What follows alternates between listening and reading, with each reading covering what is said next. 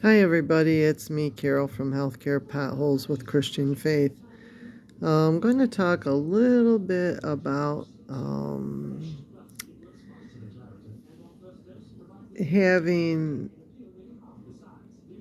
a test by Christ, being tested, that you turn your burdens over to Him. As we've been talking about, cast your burdens over to the Lord. He's got big shoulders, and that's a big one. And some other things will probably come out that you'll say, oh, I didn't realize that. But the last few days have just been brutal. I probably look exhausted because I am. But when Wednesday came, I went out to the car with my brother to start to leave for my infusion, and the battery was dead. So we got it jumped. It was late. Got a little stomach food poisoning from my lunch at the hospital, which is unusual, very unusual. And then I got home, and my brother said he'd run and get me some stomach meds that I usually take, and I could go to bed early. Well, he got to the store, and our credit card was declined. My car wouldn't start again, and he didn't get home till after 1 in the morning, and oh my God, it was a nightmare. And so he paid for my Imodium and a few other things, and that we needed right away, that we couldn't leave go without. And so it was tough. So then he got home, and I was glad he got home safely. And then suddenly God reminds you of incidents that happen in your life. And I totally forgot about this one, but I had a car that kept dying out on me. Didn't know why, except it was the battery. And the battery had drained the alternator and the starter, so I had more problems. And then the cell block cracked. So that car went to the levee. But as the battery was dying on me, and I didn't realize that I needed to change the battery because I had no idea, I'd be driving down the road, and all of a sudden it would stall out in the middle of the road. And I could have been killed at any time. And God reminded me I wasn't killed, I was spared, which is a good thing. And I'm not complaining about it, but that came to me during the night. I woke up in a sweat. And the next morning we were rushing around to get Gary to his appointment. And as we were doing that, Gary went out to start the car, and the car didn't start. So we called AAA again. We were allowed 3 calls for jumping in AAA.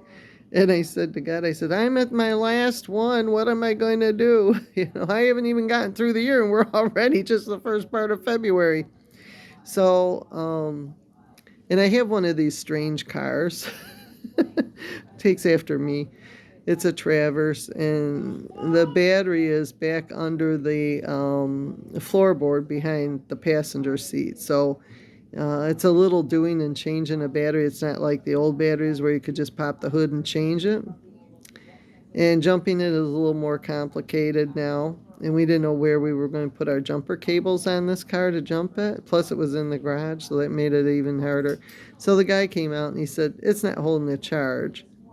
And I'm glad that now they have testers to test that, because back when I was driving my mom's old car, which was a Cutlass Supreme, it did not. They did not have a thing to test the battery things. So, we're talking back in the 80s. So, they've progressed on equipment and stuff, which makes it easier. So, at least we knew we were looking at replacing the battery, and we replaced the battery, and it was 211.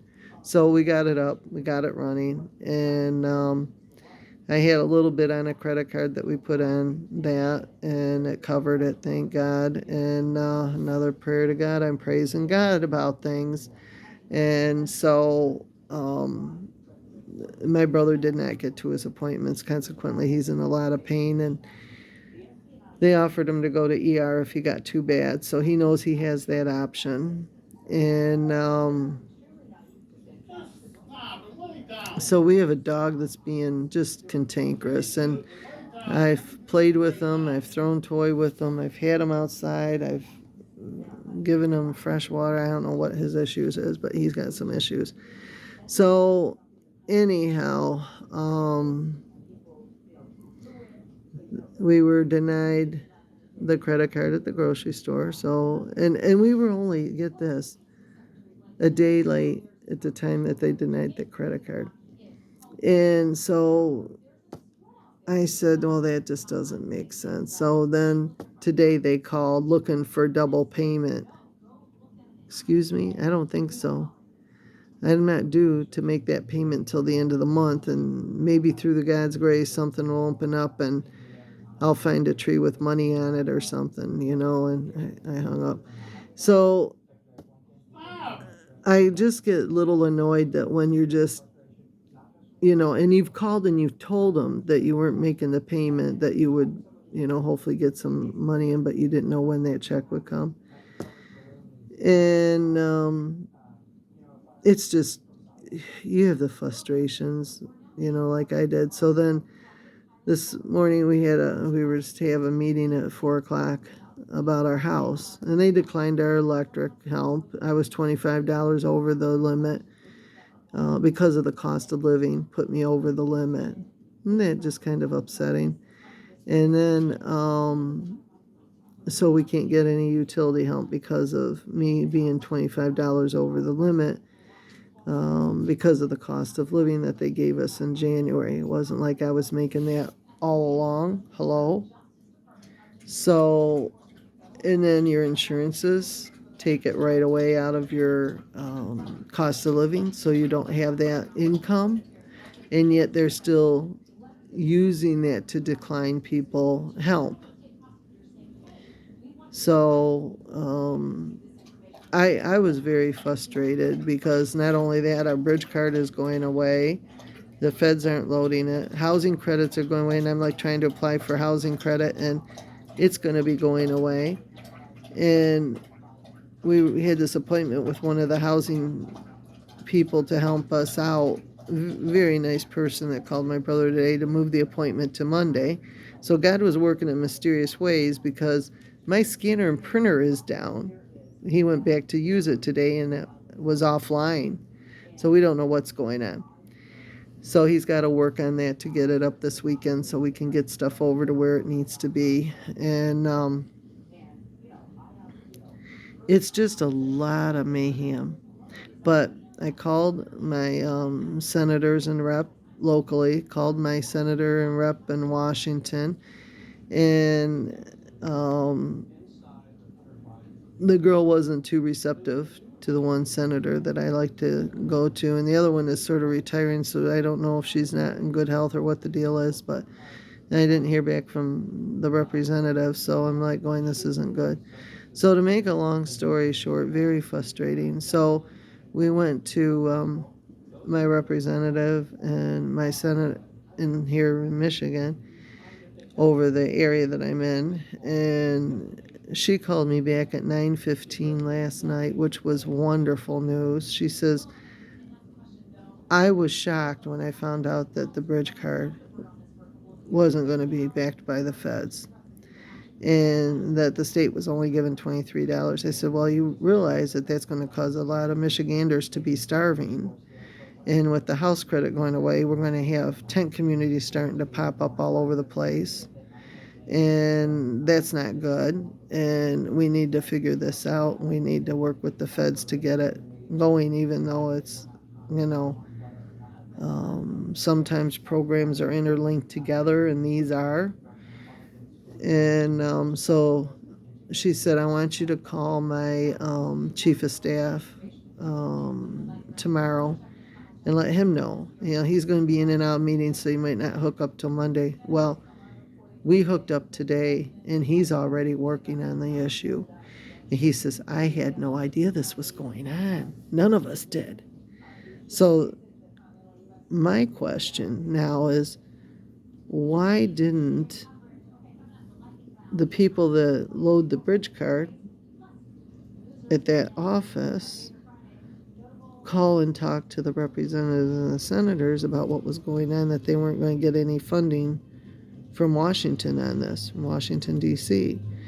It just seems like that would be a first thing you would do when you find out something is being taken away or cut, that you would get your senators and legislators involved to do something, you know.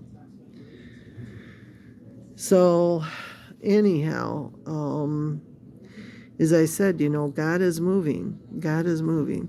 So I think with this problem, they're going to see that they're going to have to start working with the governors and the Senate and the legislators of the states to really get things going. So, and as I told my representative, who's wonderful, wonderful individual, very nice individual, and the other guy is too. I talked to his staff, and they were working on it as well. So both of them are working on it, and they know that. So now that they can interlink and talk to each other, maybe to get more things going. And so I just feel like if we start a phone campaign and call our legislators and our reps about the bridge card not being loaded from the feds, that things will start to happen, because there'll be so many people calling and complaining that they'll have to do something.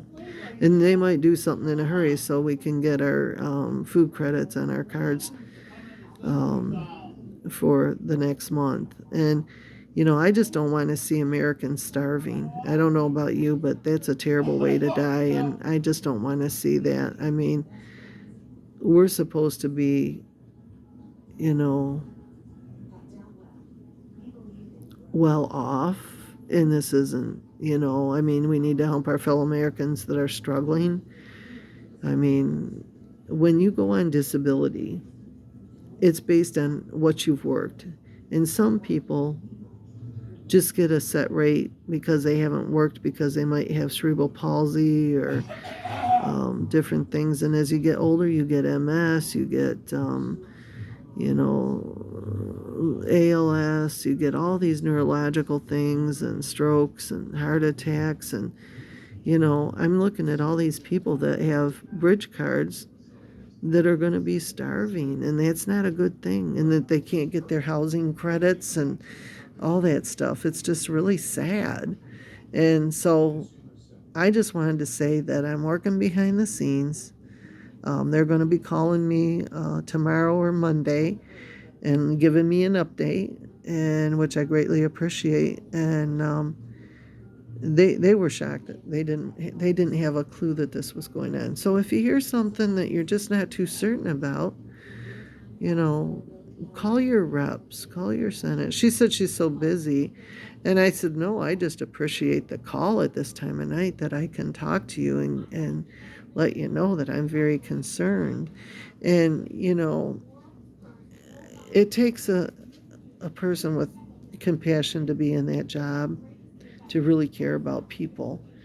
And I hope they're just not looking at the budget. But this happened in that big packet that the Democrats passed when things were getting ready to change at the first of the year, or whenever they change, that in that big packet that nobody bothered to read, the bridge cards went away and the housing credit went away. And someone found that, and I just happened to catch a blurb about it. And I was like, oh. And then I got a letter from the state telling me that, who's ever in control of the bridge card, that this was definitely going away, and it was true. And, we were only going to get $23 on our bridge card. And I thought, oh my gosh, that's terrible. So I'm glad I talked to them about it. So with that being said, I want to make sure that we're all doing well, that we can pray about things, turn things over, cast your burdens over to God, know that He's working. And when you're being tested by God, He didn't say that it was going to be smooth sailing. He actually talks about you're going to have hurdles and potholes that you're going to have to go through in life. And this is just one of them. And, I don't know, I got a forbearance on my house, which I'm happy about, I think. I still have to pay on it, but that's okay. And I said, but what if I don't have a job come May? I've been looking for a year and a half. And so I don't know what they're going to do. They said, well, we'll have to sit down and figure something out and work with you. Well, it's good to have a company that will do that because I don't think my dad's previous mortgage company would have done that. Maybe they would have. I don't know. But I had a lot of hurdles with them. And I was glad to see them go and get this company in. And they seem to be more workable and doable. And I keep telling my brother he needs to go work for them, but his legs are so bad right now, I don't think he can do that. So we got to get him better. And I'm sorry he missed his appointment because of my battery issue, but I'm hoping that when he goes to the lymph place next Thursday that he'll be doing better and different things. So we'll see. So with that being said, I just wanted to say that, you know, we'll see what we can do. And just know that God will test you. He'll make sure that you're tested, and He wants to know that you're going to pray to Him and that you're going to hear to what you're saying about things. And this morning I got in the shower and I was singing my Kumbaya, my Lord Kumbaya. Hear these things I'm praying, and I felt real good when I got out of my shower. Because I prayed to God and I turned everything over to God and I thanked Him for things. And, I'm sitting here thinking, boy, God, you reminded me of the time I had that bad battery. And I'm glad I got it changed because now we'll be safe on the road going to and fro. I do have brakes that are starting to get a little squeaky and I'm going to get those looked at. But I'm down to 10% oil. So I'm going to have him take the car up tomorrow to get an oil change and at one of those places and stuff that we like to go to. So it's a little cheaper. And so we're going to take the car up there and hopefully they can do an oil change and top the fluids off. Been using a lot of windshield washer solvent. So anyhow, but just keep the faith. You've got to keep the faith. Keep plugging away. Know that tomorrow will be a much better day. I mean, I didn't know how I was ever going to get through Wednesday, but the next day wasn't as bad. And then when the battery, but we found out it was under the floorboard, so we now know where my battery sits. We didn't know that, so we have a little piece of information about that car, which is good. And it worked fine today, so I think that was what it was the battery needed to go and be replaced. And I think, God, I got a lot of use out of that battery. I think things should last forever. Just like, family members should live forever and dogs should live forever and your animals that you have. But it doesn't. It doesn't work that way. And but that battery went from 215 to 223. That's pretty good for a battery. They were all shocked I had that battery that long. They came out to jump it. So with that being said, have a good evening and we will chat tomorrow.